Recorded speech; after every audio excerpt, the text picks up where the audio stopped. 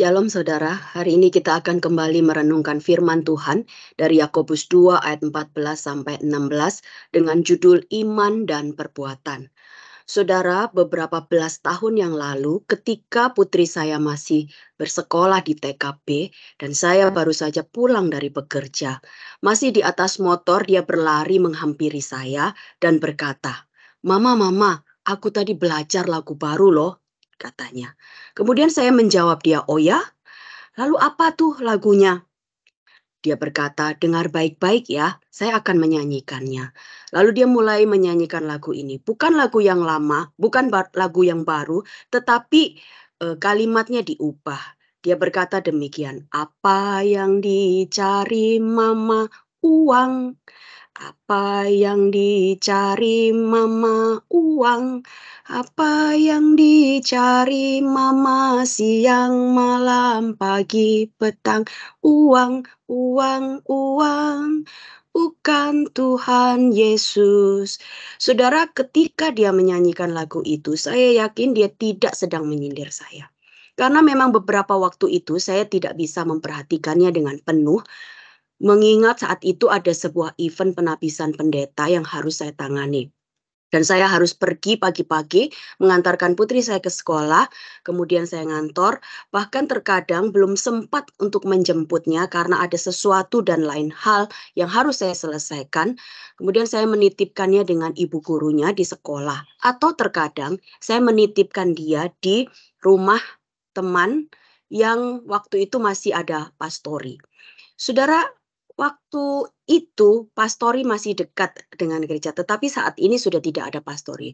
Begitu saya sempat, saya akan antar dia pulang, hanya drop di rumah, kemudian saya kembali lagi ke kantor dan bekerja sampai sore. Saudara, hal itu, nyanyian itu nampaknya simpel, tetapi itu membekas di hati saya dan membuat saya belajar tentang sesuatu. Bahwa iman tanpa perbuatan itu pada hakikatnya adalah mati. Sama seperti yang dikatakan di dalam Yakobus pasal 2 ayat 14 sampai 26 yang kita pelajari hari ini. Yakobus mengulang-ulang kata jika iman itu tidak disertai dengan perbuatan, maka iman itu pada hakikatnya adalah mati. Saudara, ketika Yakobus mengulang kalimat ini, itu menunjukkan bahwa ini adalah sesuatu yang penting.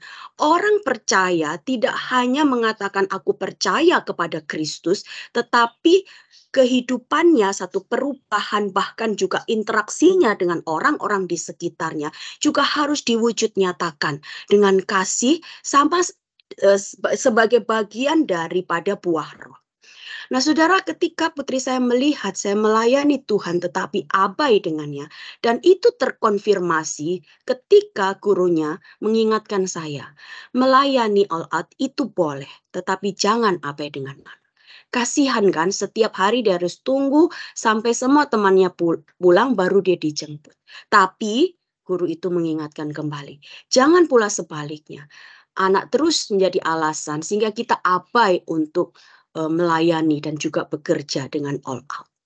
Saudara, itu menolong dan mengingatkan saya ketika saya membaca dan merenungkan kembali bagian dari Yakobus 2 ayat 16 ayat 14 sampai 26 itu.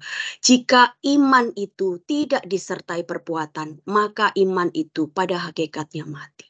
Saudara, kata mati yang dipakai sebagai kiasan di dalam Yakobus 2 ayat 14 sampai 26 ini berarti tidak hidup, tidak bekerja, dan tidak berguna. Di dalam banyak bahasa dapat diartikan bahwa kepercayaan kita terhadap Kristus menjadi tidak berguna ketika apa yang kita lakukan bertentangan dengan iman itu. Iman dan perbuatan itu ibarat dua sisi mata uang yang tidak dapat dipisahkan satu dengan yang lainnya, yang tidak dapat ditiadakan satu dengan lainnya.